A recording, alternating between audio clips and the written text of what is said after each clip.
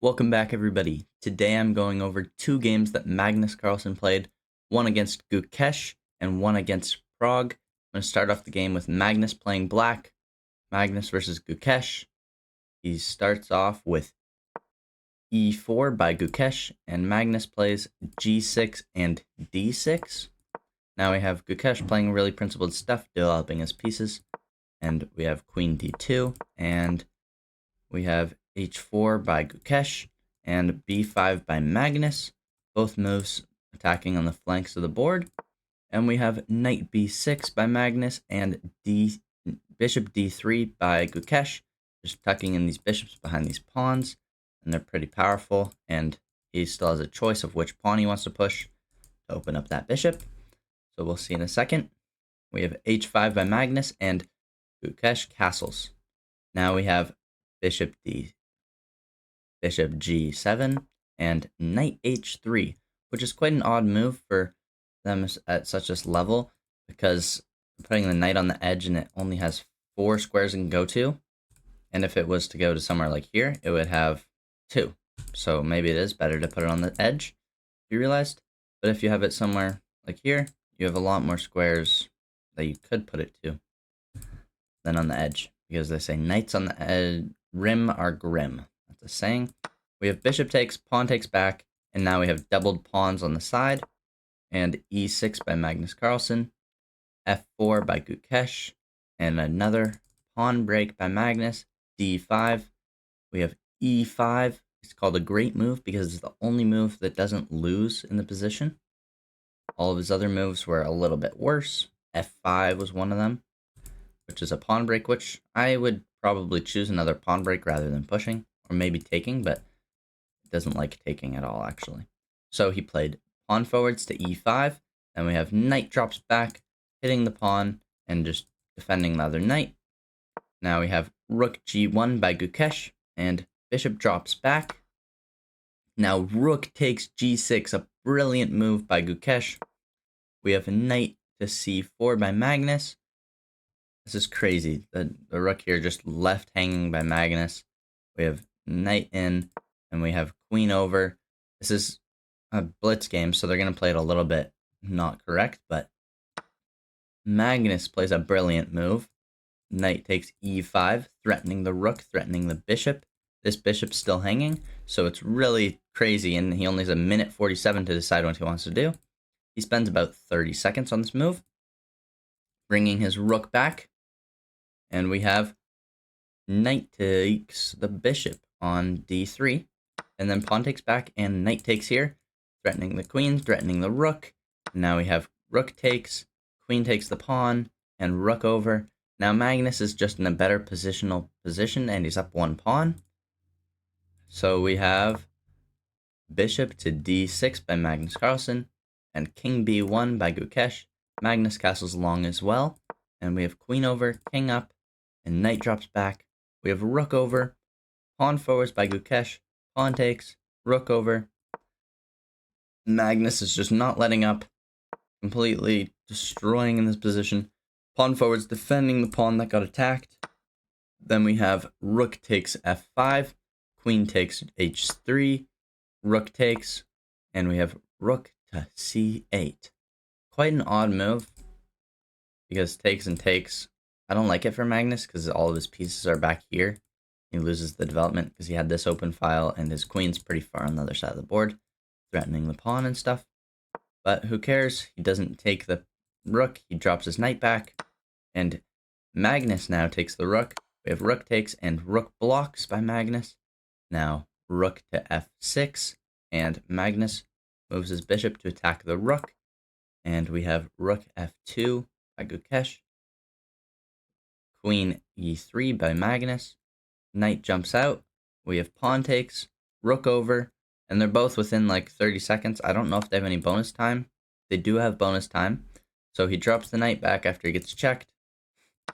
We have queen to d4.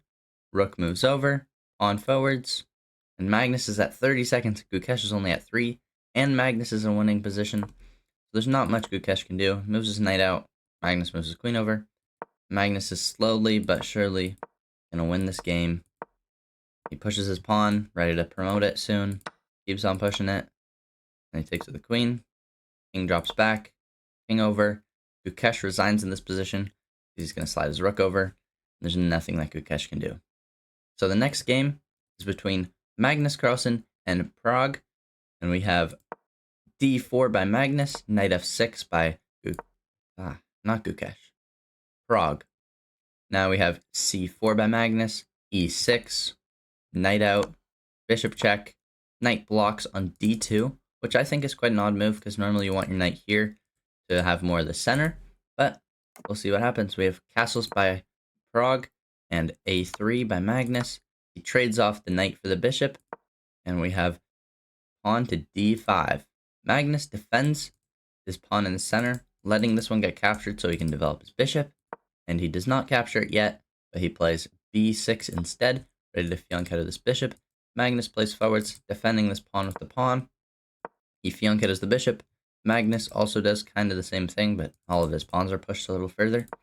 So we have knight to d7 and bishop e2. Can't talk for some reason.